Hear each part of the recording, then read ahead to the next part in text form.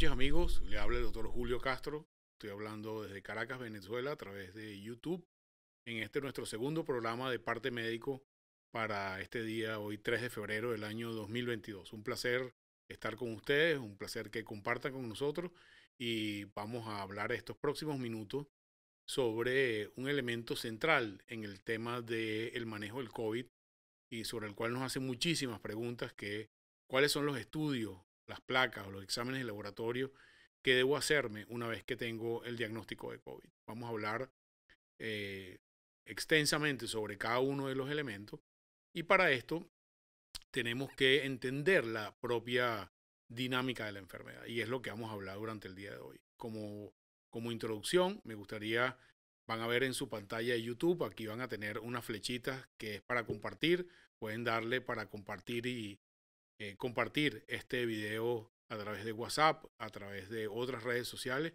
También tienen otro abajo, suscribirse, que es un texto rojo en el cual ustedes pueden suscribirse y les va a llegar notificación de cada vez que tenemos contenido.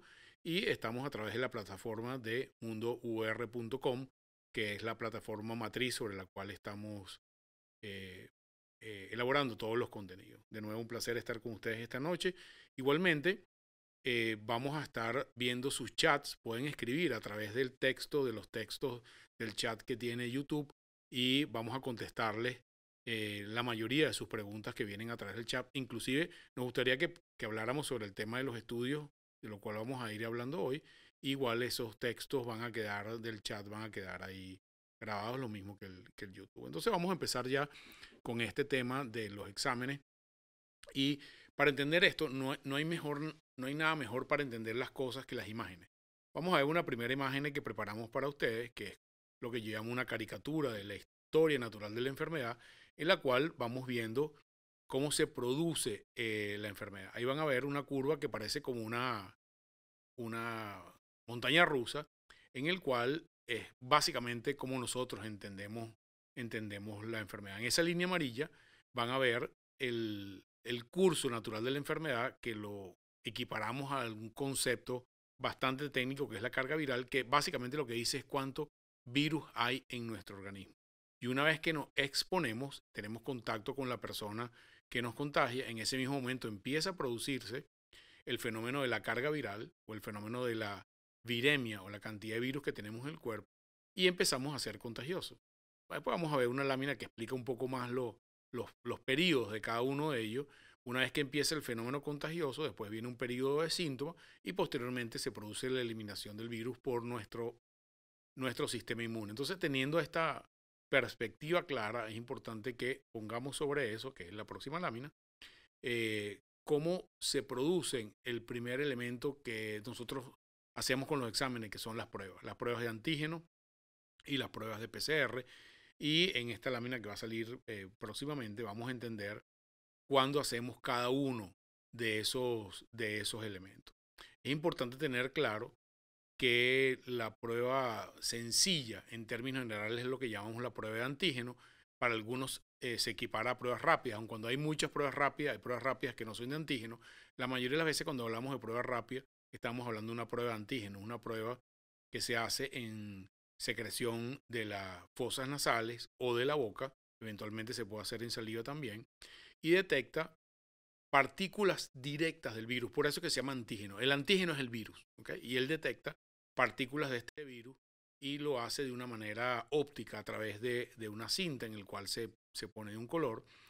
La prueba rápida o la prueba de antígeno habitualmente se pone positiva más o menos desde el día 1 de los síntomas hasta el día 5, 6 o 7 de los síntomas, con un pico, como ven en la lámina, la línea amarilla.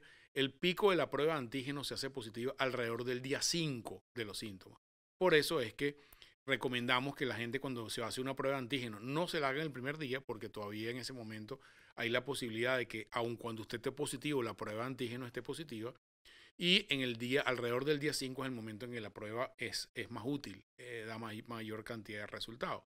Y es importante entender que esta prueba de antígeno se negativiza, se hace negativo, habitualmente cercano al día 7, 8, 9 de la enfermedad. Ya después del día 10, 11, prácticamente nadie está positivo de la prueba de antígeno, que es lo que llamamos prueba rápida.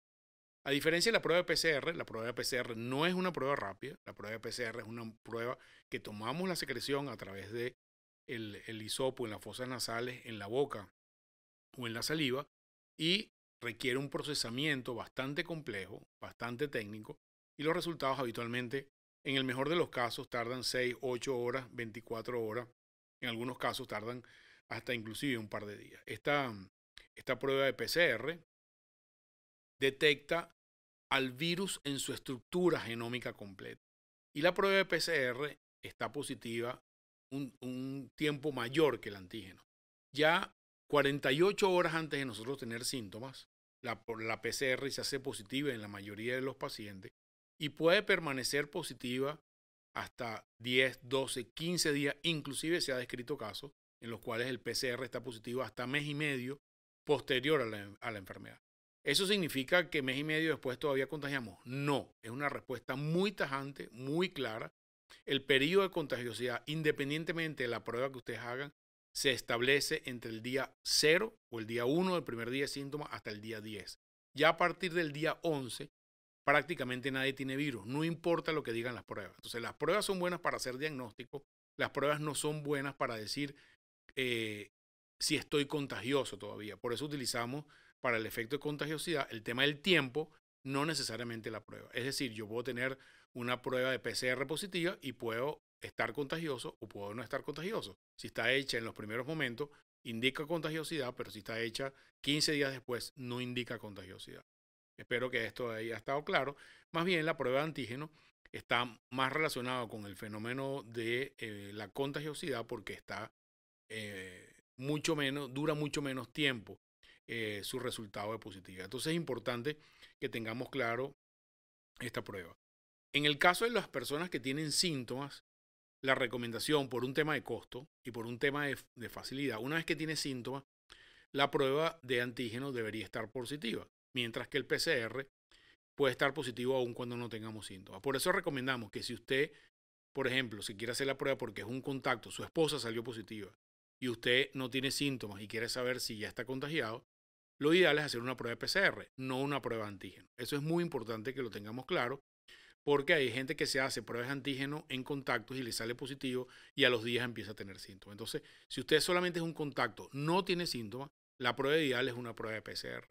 Ahora, si usted tiene síntomas, podemos utilizar la prueba de antígeno o la prueba de PCR. La prueba de antígeno es más económica y es mucho más fácil de hacer.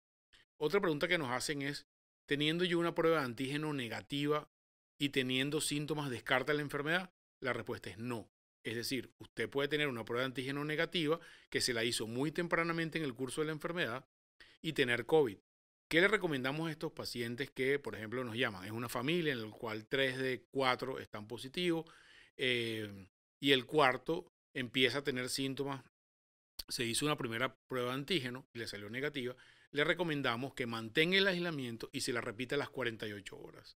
Si a las 48 horas la prueba de antígeno está negativa, es muy poco probable que usted tenga COVID, pero esa es la recomendación de secuencia que hacemos. Es importante también entender que no todas las pruebas de antígeno son igual de buenas, así como hay carros muy buenos y muy costosos y carros muy baratos y no tan buenos. También, al igual, hay pruebas de antígeno más costosas, mejores en términos de su desempeño y otras de menos calidad. Y no es lo mismo la capacidad de la prueba de diagnosticar, por ejemplo, en secreción nasal, en la boca o en saliva, dependiendo de cada técnica, tiene su propia capacidad. Entonces, la recomendación es para los contactos, se pueden hacer pruebas de antígeno, sí, idealmente cuando tiene síntomas, si no tiene síntomas al día 5 del contacto, y PCR para aquellas personas que son contactos, que es una prueba más fidedigna. Un elemento importantísimo, le prometo que la semana que viene le traigo unos emojis porque la gente cuando ve esa imagen que ahora todo el mundo usa emojis en los WhatsApp y en las redes sociales, entiende una idea. Voy a hacer el emoji que les voy a traer esa semana. No tiene sentido hacer una prueba para saber que ya no estoy contagiando, por las razones que les expliqué anteriormente. Entonces, mucha gente me pregunta, doctor, pero ¿cuándo me hago la prueba para saber que estoy negativo? Usted el día 11 ya está negativo. Entonces, no tiene sentido hacerse la prueba excepto que sea una razón regulatoria. Es decir, usted va a viajar en el día 14 después que se enfermó y para viajar le piden un PCR. Bueno, tiene que hacerse el PCR, no hay ninguna otra opción. Pero una persona que no va a viajar, que no tiene ningún otro problema, excepto que sea un requisito de viaje o laboral específico. Mire, usted trabaja con público y el sitio donde yo trabajo con público me requiere que yo tenga una prueba negativa. Bueno, le tenés que explicarle a la persona que te pide la prueba que puede seguir saliendo positivo en el PCR y ya no eres contagioso. Entonces, eso confunde un poco. Entonces, no tiene sentido volverse a hacer una prueba para ver que salga negativo. Eso es muy importante. Pero también es algo que estamos viendo recientemente con Omicron. He visto unos casos recientemente. Pasa que yo me enfermé el 15 de diciembre. Me hice una prueba, me salió mi antígeno positivo, tuve síntomas, tuve mis 10 días de aislamiento, y ahora la semana pasada me volví a sentir mal, me volví a hacer una prueba de antígeno y volví a salir positivo. La única explicación posible para eso es que usted se reinfectó. ¿Ok? Una prueba de antígeno separada en 2 a 3 semanas quiere decir reinfección. Usted tuvo una nueva infección por COVID, probablemente otra variante, y por eso es que la prueba de antígeno le está dando positivo. No hay otra solución. La otra opción es que alguno de los positivos fuera un falso positivo, el primero o el segundo. Pero antígeno separado en 2 o 3 semanas positivo indica muy probablemente reinfección. Y estas son las pruebas que debemos seguir manejando progresivamente de aquí en adelante para aclarar nuestra condición de cuán infecciosos somos, en qué parte de la enfermedad. Entonces, ya como vieron en el gráfico, eso nos va a dar una idea de en qué periodo estamos y nos permite saber o tomar decisiones en cuanto a qué debo hacer o qué no debo hacer. Quizás la segunda gran pregunta que nos hacen es, ¿qué laboratorios debo yo hacer una vez que tengo el diagnóstico que estoy positivo? Cuando viene el diagnóstico de positivo, se los digo con conocimiento de causa, más como paciente que como médico, uno le entra una angustia terrible. Bueno, ¿qué me va a pasar? Me van a llevar a la terapia intensiva, me tienen que hospitalizar, me tienen que poner tratamiento. Y la gente se empieza a poner nerviosa, que me voy a hacer un examen de laboratorio. Entonces, una de las preguntas que nos hacen mucho es si debemos hacer pruebas de laboratorio o no debemos hacer pruebas de laboratorio. Y aquí debemos diferenciar claramente dos grandes grupos de pacientes. Pacientes o personas que lo único que tienen es COVID, no tienen ninguna otra enfermedad. Una persona de 30 años trabaja en un banco, por ejemplo, no toma ningún medicamento, es una persona sana, una esposa más o menos de la misma edad, tiene 2 muchachos, es una familia normal, sana, que no tiene ningún problema. Muy probablemente esta persona o esta pareja o esta familia no requiera hacer exámenes de laboratorio. Es decir, un COVID en las condiciones en las que lo estamos viendo actualmente en la mayoría del mundo, que la mayoría de ellos son Omicron, no hay una justificación real para hacer exámenes de laboratorio en personas sanas. ¿Ok? ¿Por qué? Porque los exámenes en general no nos van a decir mucho de qué está pasando, honestamente. ¿Por qué al principio de la epidemia empezamos a hacer exámenes o hacíamos muchos exámenes? Bueno, entre otras cosas por nuestra ignorancia, de que no sabíamos mucho cómo se comportaba la enfermedad. Y al principio, sobre todo los primeros meses de la epidemia en el mundo entero, que no teníamos pruebas de diagnóstico de la enfermedad, recuérdense que el PCR apareció ya meses después de la epidemia, utilizamos los laboratorios como un proxy o como una aproximación al diagnóstico. Por eso, en ese momento hacíamos determinación de ferritina, hacíamos determinación de dímero D, ya vamos a hablar qué significa eso, para apoyar el diagnóstico. Dado que no había prueba rápida, dado que no había PCR o era muy difícil hacer PCR, si yo tenía síntomas en ese momento, fundamentalmente en el 2020, mandábamos a hacer exámenes de laboratorio porque, bueno, si tenía los glóbulos blancos bajos, si tenía la ferritina alta, etcétera, etcétera, eso me orientaba hacia el diagnóstico de COVID. Hoy en día no se justifica hacer eso porque tenemos pruebas específicas para diagnosticar el COVID, que es el elemento más importante. Pero, por eso, como recomendación general, no hay una indicación formal de hacer laboratorios en personas sanas aún teniendo COVID.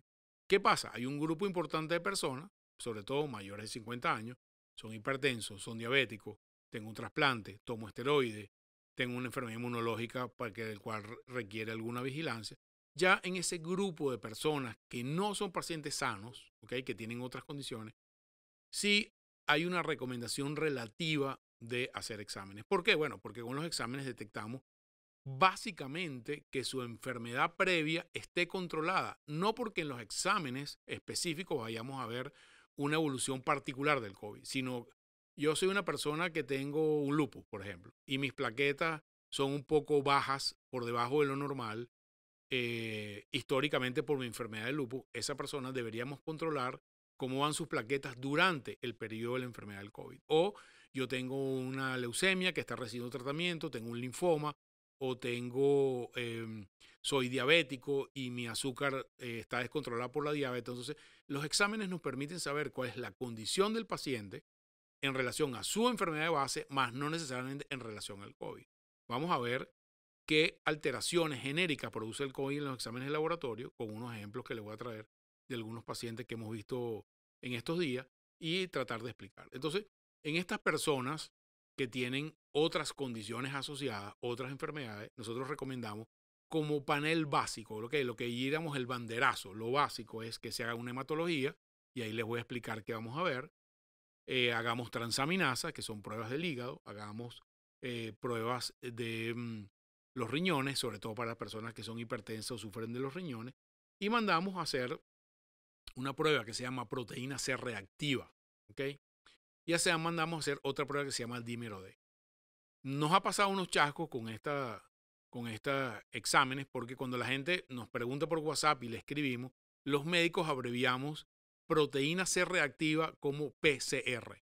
Y el paciente que tiene derecho a no saber esto, dice, pero doctor, si yo me hice un PCR y salí positivo, entonces tenemos que explicarle que la abreviación de proteína C reactiva que escribimos, los médicos tratamos de abreviar las cosas como PCR, no es el mismo PCR de la prueba que les hablé anteriormente. Cuando hablamos de proteína C reactiva, es un parámetro de la sangre que nos permite decir genéricamente si hay un grado de inflamación o de infección en el cuerpo humano. Entonces, cuando usted tiene la proteína C reactiva elevada, es un parámetro inespecífico que permite saber que usted tiene un grado de inflamación en su cuerpo o de infección. Entonces, recomendamos hacer la proteína C reactiva porque nos dice una idea grosera de cómo está la situación. En la hematología vemos los glóbulos blancos. Normalmente los virus, en particular el virus de SARS-CoV-2 o del COVID, produce una baja de los glóbulos blancos. Habitualmente, estoy diciendo, hay pacientes que, por ejemplo, salen a hacerse una hematología rápidamente y cuando nos envían la hematología tiene 11.000 glóbulos blancos, que es un poco por encima de lo normal. Entonces la gente piensa, no, que tengo que tomar antibiótico porque tengo los glóbulos blancos alterados y me dijeron que tengo una infección.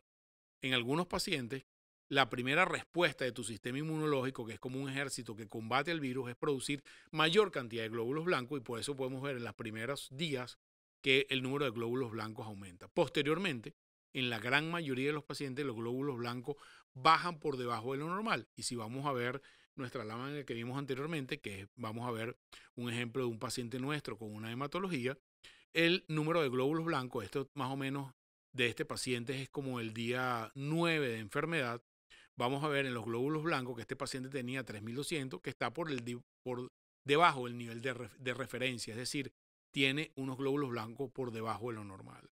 Vemos cómo están las plaquetas, vemos cómo están el tipo de glóbulos blancos, y en este examen vemos las transaminasas que este paciente las tenía alteradas. Los virus, en particular el virus del COVID, puede producir inflamación en varios órganos, en el corazón, en los pulmones, en los riñones, en el hígado. Y no es que usted tiene una hepatitis, ¿ok? Y tiene dos enfermedades y tiene hepatitis y COVID. Usted tiene una inflamación del virus del COVID que le está produciendo en el hígado y por eso puede tener las transaminasas alteradas momentáneamente. Esas transaminasas, como vamos a ver un poco en unos minutos, van a volver a lo normal rápidamente. Entonces, ¿qué vemos? Vemos los glóbulos blancos, vemos cómo están las plaquetas, que es otro elemento que debemos mirar. Algunos pacientes con dengue le pueden bajar las plaquetas, y ahí vamos viendo cómo son los exámenes. Normalmente, y esto quizás es una manera un poco de notas o cosas, cuando los pacientes nos llegan al consultorio con un catapacio de exámenes de laboratorio,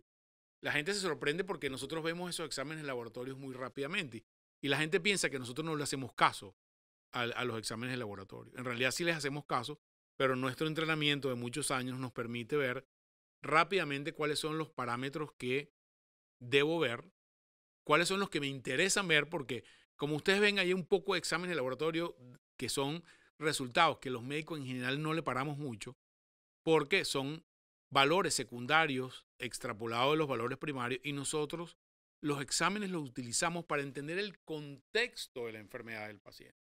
Es decir, un examen de laboratorio solo específico de glóbulos blancos en un paciente que no tiene fiebre, que no tiene síntomas, no nos indica nada, no indica que tiene COVID o que tiene otro virus o que tiene una situación específica. Entonces, los exámenes nos ayudan a entender el contexto general del paciente y no son la meta.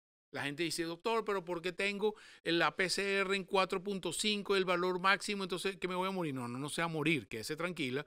Eso a nosotros nos sirve para entender contexto general de la enfermedad y nos permite entender algunas cosas. Una de las pruebas que históricamente nos preguntan también es la ferritina.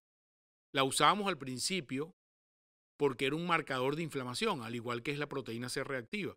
Hoy en día casi no la utilizamos porque sabemos que la gente se le sale alterada y con eso no hacemos nada particularmente. Y otra de las pruebas sobre las cuales nos preguntan mucho es el dímero D. Cuando un médico le escriba el dinero D, es el que el corrector del WhatsApp no sabe lo que es el dímero y entonces lo convierte en dinero y si nosotros no tenemos cuidado, la gente, el paciente dice, bueno, este doctor me está pidiendo dinero y ni siquiera hemos empezado la interacción. Bueno, no es el dinero lo que el médico le escribió, sino es el dímero. El dímero es una prueba de coagulación que evalúa el riesgo de tener trombosis. No indica necesariamente trombosis activa, es decir, que hay un trastorno de la coagulación obvio en ese paciente. Nos indica un riesgo y es algo que nosotros debemos evaluar en función de la condición del paciente. En general, pacientes que tienen buena saturación, que son pacientes sanos, aunque tenga el dímero D un poco alterado, normalmente no hacemos nada, solamente lo vigilamos, lo monitoreamos y eventualmente vamos viendo la evolución de eso. Entonces, al final, este dímero D nos indica el riesgo de tener un fenómeno trombótico. En general, cuando los pacientes están muy angustiados, les decimos, sí, hacen una prueba y tal, a pesar de que sean sanos, vemos que tienen los glóbulos blancos bajos, quédese tranquilo, no vamos a hacer nada con eso. Y como le hemos dicho desde hace 2 años, la mayoría de los pacientes, casi 90% de los pacientes, tienen una evolución sin problema en su casa, tranquilito, y no va a haber mayor problema. Pero en aquellos pacientes que son, como hablamos, diabéticos, hipertensos, tienen un problema renal, tiene una hepatitis crónica porque tiene una hepatitis B, tiene un linfoma, tiene una leucemia, reciben otros tipos de condiciones, sí debemos monitorear estos exámenes de laboratorio porque la enfermedad de base puede descompensarse. Por ejemplo, un diabético que le da COVID puede empezar a subirle el azúcar y va a requerir tratamiento de su enfermedad un poco más agresiva. Los hipertensos o los pacientes que tienen enfermedad cardíaca pueden tener arritmia, pueden tener alteraciones en sus exámenes de laboratorio. En general, y esto es como un mantra para nosotros, no nos importa cómo está el colesterol en un paciente que tiene un COVID agudo. No nos importa cómo están los triglicéridos en general, porque estos exámenes no nos dicen nada en relación a esta enfermedad. Entonces, con frecuencia, los pacientes se asombran un poco. Doctor, ¿pero cómo tengo el colesterol? Me pregunta en la emergencia. Yo ni lo veo, la verdad, honestamente, porque no va a hacer cambiar nada en un paciente que estoy examinando que tiene COVID.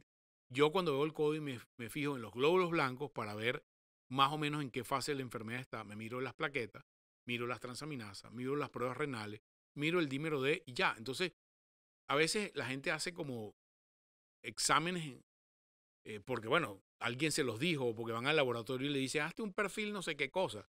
Y se hace un poco de exámenes que al final no terminamos haciéndole mucho caso. En general, no, no pedimos exámenes de laboratorio si no encontramos alguna alteración en el examen primario. Vamos a ver otra lámina que sería los segundos exámenes de este paciente nuestro. Este es un paciente de 70 y tantos años de edad, varón que llegó por la emergencia y tenía, como vimos anteriormente, tenía los glóbulos blancos bajos. Siguen los glóbulos blancos todavía un poco bajos. La hemoglobina está bien, pero fíjense, lo pedimos para chequear cómo están las pruebas de las transaminasas. ¿Okay? Que este paciente tenía una inflamación del hígado producto del mismo COVID. Repito, no es que tenía dos enfermedades diferentes, tenía una sola enfermedad, que es el COVID, y a la semana le mandamos a repetir las pruebas porque yo quería ver cómo iba la evolución de estos exámenes que estaban alterados en el examen originario. Y ya vimos que están casi normales las transaminasas. Este paciente ya no tiene ningún síntoma Y una de las cosas que habitualmente vemos que también es una respuesta normal de nuestro cuerpo es que aumentaron mucho las plaquetas. Normalmente después de una injuria o de un ataque infeccioso viral, nuestro cuerpo tiende a responder de una manera efectiva y eso puede producir en algunos casos, por ejemplo, que de glóbulos blancos bajos pasemos a glóbulos blancos un poco altos, ellos van a tender a normalizarse en el tiempo, de que las plaquetas que eventualmente bajaron un poco, nuestro sistema detecta que algo está pasando y empieza a producir plaquetas y puede producir unas plaquetas mayores a lo normal por un tema transitorio, pero esto para nosotros no tiene mayor importancia en general en cuanto a la, a la, a la evolución de esta enfermedad. Si tenemos alguna duda, le mandamos a repetir los pacientes, le preguntamos si tiene alguna alteración, etcétera, etcétera. Pero como vimos, este es un paciente que tiene un curso, este paciente en particular tuvo un curso completamente naif, sin ningún problema. Mandamos a repetir las pruebas, ya lo mandamos a su actividad normal. Y la tercera gran área de exámenes laboratorio son las radiologías, las placas y las tomografías, y esto es todo un capítulo importante. Como les he dicho sistemáticamente, quizás donde tenemos que tener foco en el examen de laboratorio es en la función pulmonar. Y esto se mide directamente, de repente en los próximos programas vamos a hacer solamente un programa del saturómetro porque es muy, muy importante el tema del saturómetro. Pero lo que más nos interesa es cómo está la función pulmonar. La función pulmonar en general nos da la función pulmonar, las imágenes del pulmón, que hay básicamente dos estudios que sería radiografías o tomografía, nos permite saber cómo está la anatomía del pulmón. No cómo está la función pulmonar, pero sí cómo está la anatomía del pulmón. Y aquí yo recomiendo que en general la gente, las placas simples de tórax, en esta enfermedad no nos ayudan mucho. Cuando usted tiene una placa de tórax muy alterada, que claramente está alterada por el COVID, no nos da idea de la profundidad de la alteración. ¿Por qué? Porque la placa de tórax es una imagen bidimensional de un fenómeno tridimensional. Nuestro cuerpo tiene 3 dimensiones y en la placa yo solamente veo 2 dimensiones, ancho y alto. No puedo estimar el grado de lesiones en la profundidad. Para eso hay una técnica mucho más moderna, también mucho más costosa, que es la tomografía. Y nuestra recomendación es que si usted tiene la capacidad económica de hacerse una tomografía, es preferible hacerse una tomografía que hacer una o varias placas que no nos va a dar mucha información. Vamos a explicar un poco cómo funciona la tomografía. Siempre la tomografía es una imagen tridimensional porque vamos haciendo como corte. Yo le explico a los pacientes, aunque sean un poco rupestre, que la tomografía es como cuando usted corta un salchichón. ¿Okay? Si usted corta el salchichón en la puntica del salchichón, cuando usted ve esa puntica es como un conito y a medida que usted va hacia la zona más gruesa se va poniendo más grueso. Exactamente es la tomografía. La tomografía es como si yo hiciera corte de salchichón de una persona que está acostada en el tomógrafo. Siempre la imagen que está hacia mí serían los pies y la cabeza estaría del otro lado. Vamos a ver una tomografía para que ustedes vayan entendiendo cómo se interpreta la tomografía. En este caso, una tomografía de pulmón. En la tomografía de pulmón, en este caso, veríamos, ya les expliqué que estamos viendo, es repetida la imagen, ¿ok? No que son dos, sino estamos viendo duplicada la imagen. Los pies estarían hacia donde estoy yo, la cabeza estaría hacia donde está la otra parte, y en el centro vemos esa imagen blanca, eso es el corazón. A la derecha tenemos el pulmón derecho, a la izquierda el pulmón izquierdo, y el pulmón normalmente debe tener una transparencia o debe tener un color parecido a el color oscuro. Debería ser a tender negro, como el aire se ve negro. Fíjense que por afuera del tonel de que sea nuestro cuerpo está el aire, se ve completamente negro. El pulmón derecho, vemos algunas estructuras blancas que son los vasos pulmonares, lo mismo que en el lado izquierdo. Y normalmente el pulmón en una tomografía debe verse preferentemente oscuro. ¿Okay? En este caso particular, si comparamos la parte de arriba superior con la parte inferior, vamos a ver que en la parte inferior se ve más blanco y en la parte superior se ve más negro. Y esto es un cambio típico de la enfermedad por COVID. En la medida que se va poniendo más blanco es que hay más inflamación, hay más agua y el agua implica que el pulmón está de alguna manera enchumbado y ese es un patrón, el patrón que vimos anteriormente, un patrón muy leve. Tienes que ser muy experimentado para ver que hay un patrón alterado. En este caso, que donde las alteraciones son obvias, no hay que ser ningún genio para darse cuenta, que vemos una predominancia de zonas blancas que parecen unas nubes dentro del pulmón. Se ve el pulmón en el lado medio, pero vemos que hacia los pulmones, hacia diferentes partes, sobre todo hacia la parte inferior, a la parte que está más hacia abajo, hay zonas blancas que parecen unas nubes, como unos cúmulos, unas nubes densas blancas. Eso es infiltrado pulmonar. Esto es un patrón moderado, ¿ok? Donde vemos que casi el 50% de la superficie del pulmón está comprometida. Y en la siguiente vamos a ver alguna otra imagen donde vemos un patrón severo. En este caso, nosotros estimamos la cantidad, o los radiólogos estiman la cantidad de pulmón afectado en base a unos criterios que ellos conocen y simplemente nos dicen es un patrón leve, es un patrón moderado y severo. ¿Qué pasa?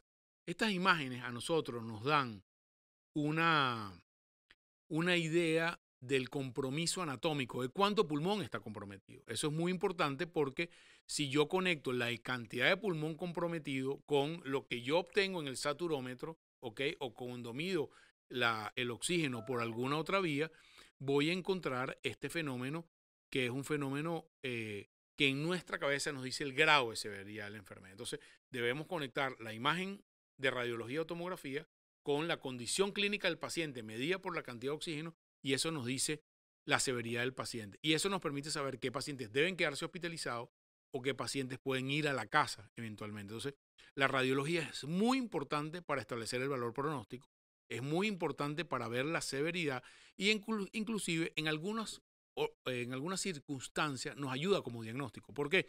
Porque, bueno, nos llega un paciente a la emergencia que tiene fiebre de hace 5, 6, 7 días, con malestar, tiene una tos importante, le hacemos una prueba de antígeno y nos sale negativa. ¿Ok? Eso puede pasar, a pesar de que tenga COVID. Hacemos una tomografía y ese patrón que los radiólogos llaman vidrio esmerilado es como un vidrio cuando se pone opaco, por ejemplo, cuando nos estamos bañando y se pone opaca la puerta de la bañera. Esa sensación que vemos en la tomografía es lo que llamamos en vidrio esmerilado. Nos dice, ok, ese paciente tiene un patrón en vidrio esmerilado, se parece mucho a COVID y a pesar de que tenga una prueba de antígeno negativa, porque la prueba no siempre da el rendimiento que queremos, nosotros terminamos de decir, este paciente tiene COVID, aunque tenga una prueba de antígeno negativa, vamos a hacerle un PCR o vamos a repetir una prueba de ver cómo está la situación de ese paciente. Entonces nos sirve para elementos diagnósticos, nos sirve para elementos pronósticos y en general es una prueba la tomografía que no repetimos en el curso de la enfermedad, excepto que el paciente se deteriore mucho. ¿Ok? ¿Por qué podemos hacer una prueba para repetir una tomografía en los próximos días de la hospitalización? Porque pueden haber complicaciones, pueden haber embolismo pulmonar, un infarto pulmonar o tromboembolismo pulmonar, puede haber derrames severos, puede haber espichamiento del pulmón, no es el tema técnico, el término técnico se llama neumotórax y eso complica la situación. Un paciente que tiene una evolución que no va bien y de repente se pone muy mal muy rápidamente, a ese paciente le hacemos una tomografía para verificar que el pulmón no se rompió, no se espichó, no hay líquido en el pulmón o no hay una otra complicación agregada al COVID. Es importantísimo que ustedes entiendan que esas alteraciones radiológicas que vimos en esas tomografías de nuestros pacientes pueden durar en esa misma imagen un mes o mes y medio. Es decir, el paciente mejoró, se fue a su casa de alta. Si ese paciente se repite una tomografía a las 2 o 3 semanas y no tiene pendiente de que esa persona tuvo COVID anteriormente, le dice, uy, usted tiene una tomografía horrible. Bueno, esa tomografía horrible no mejora, sino inclusive a veces hasta 2 meses después. En general, no repetimos en los estudios, excepto que nosotros querramos ver que hay una complicación. Entonces, la mayoría de las veces le mandamos a repetir al estudio a los pacientes un mes o 2 meses después para ver que ya se curó, de que en la imagen tomográfica no quedó ninguna lesión. Y a pesar de que esas tomografías se vean muy feas, veamos mucho líquido, veamos mucho compromiso, la gran mayoría de los pacientes terminan teniendo una tomografía completamente normal. Es decir, no queda ninguna señal, ninguna secuela radiológica de la enfermedad. Hay un pequeño porcentaje de pacientes que quedan con secuelas pulmonares y normalmente esos pacientes se cansan, no pueden hacer mi misma actividad física, tienen dolores en el tórax. Eso es un síndrome post-COVID que hablaremos en otro programa, pero en los pacientes agudos la tomografía puede durar alterada hasta 2 meses. Así que no se angustien de que alguien le manda a repetir una tomografía a las 3 semanas y usted ve que tiene lesiones ahí. No, y todavía tengo COVID. No, ya el virus usted no lo tiene. Usted tiene inflamación pulmonar, producto del COVID, que radiológicamente puede tardar muchísimo, como le dije, hasta 2 meses en aclararse. Entonces es importante porque estos datos no los tiene el paciente y se angustia mucho cuando se hace el laboratorio. Hemos hablado de los 3 elementos diagnósticos más importantes: cómo se hace el diagnóstico de la prueba antígeno y PCR. Hablamos de los exámenes de laboratorio, para qué sirven, cuándo repetirlos y cuándo no hacerlo. Y el tercer elemento, que es el elemento diagnóstico, básicamente tomografía o rayos X, que utilizamos frecuentemente en los pacientes. Más allá de eso, solamente hacemos estudios en pacientes que tienen complicaciones. Por ejemplo, estudiamos el corazón, ecocardiograma. Cuando pensamos que la persona tiene una alteración en el corazón importante, hacemos electrocardiograma o Holter cuando el paciente tiene un trastorno del ritmo. Pero estos son los estudios básicos que nosotros hacemos. No les recomiendo a los pacientes que, por ejemplo, bueno, yo me siento mal y me voy a hacer una tomografía. Bueno, después, ¿qué hago con la tomografía? ¿Ok?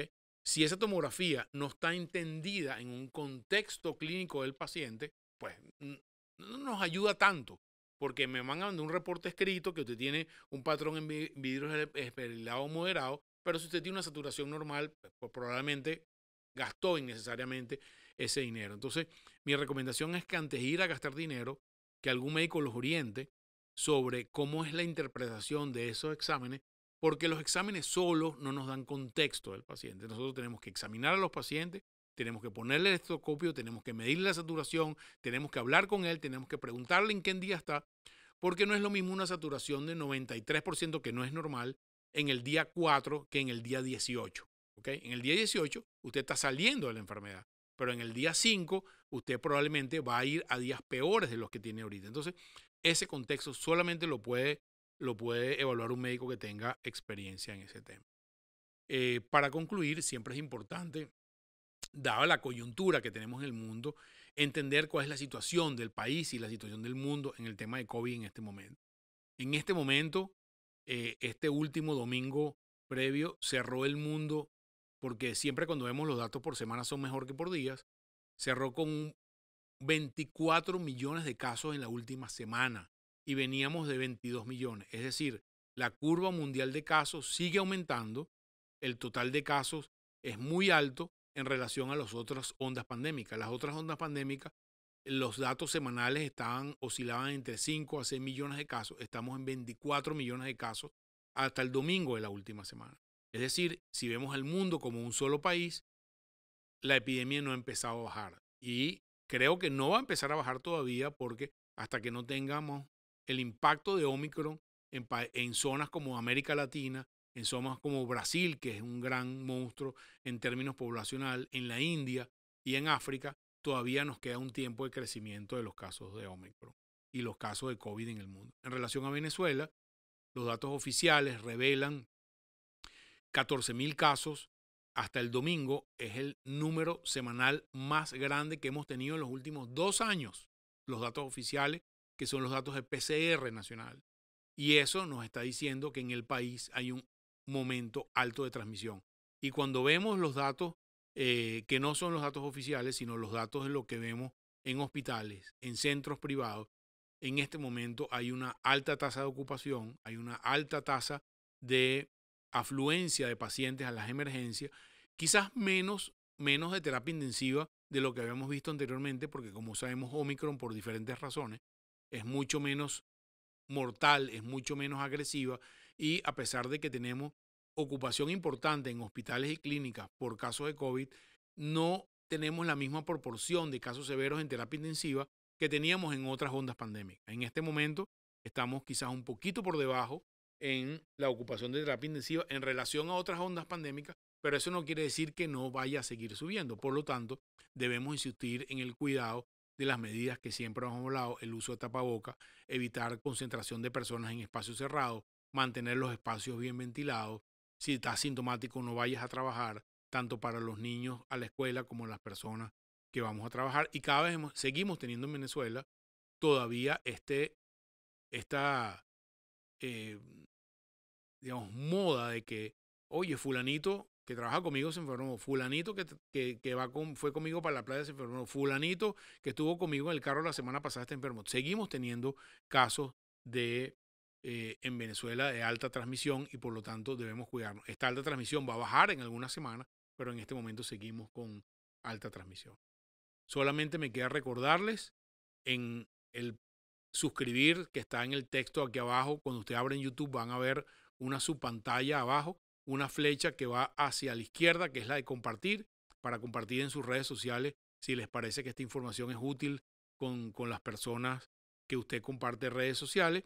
El texto rojo de suscribir para suscribirse a mundour.com y le van a llegar notificaciones cuando tengamos contenido nuevo. Y en la parte del chat de abajo pueden escribir sus preguntas que iremos contestando tanto en vivo como a medida que el chat vaya creciendo en los seguidores de YouTube que van también a compartirse por las otras redes como Spotify y Apple para todas las personas que quieran. No me queda sino despedirme de ustedes, esperarlos la próxima semana con información relevante en relación al COVID y a otras condiciones de salud.